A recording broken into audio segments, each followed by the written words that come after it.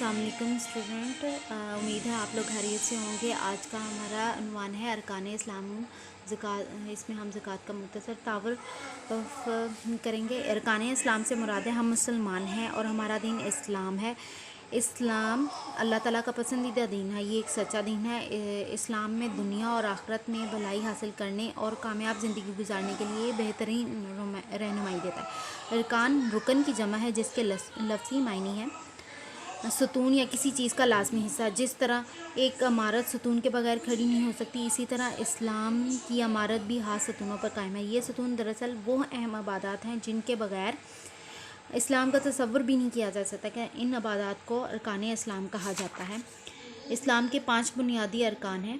तौहीद रसालत की गवाही देना, नंबर 2 नमाज कायम करना, नंबर 3 ज़कात अदा करना, नंबर 4 रमज़ान मुबारक के रोज़े रखना, नंबर 5 हज अदा करना। ज़कात का मुख्तसर तारुफ़।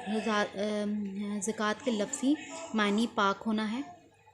इस्लाम शरीयत में इससे मुराद हर साहिब निसाब का अपने माल के 2.5% हिस्से से गरीब लोगों की मदद करना है। साहिब निसाब इस शख्स को कहा जाता है जिसके पास 7.5 तोले सोना या 52.5 तोले चांदी या इसकी कीमत के मुताबिक मौजूद और या इस पर हर एक साल गुज़र जाने के बाद इस पर ज़कात जो है ना लग जाती है।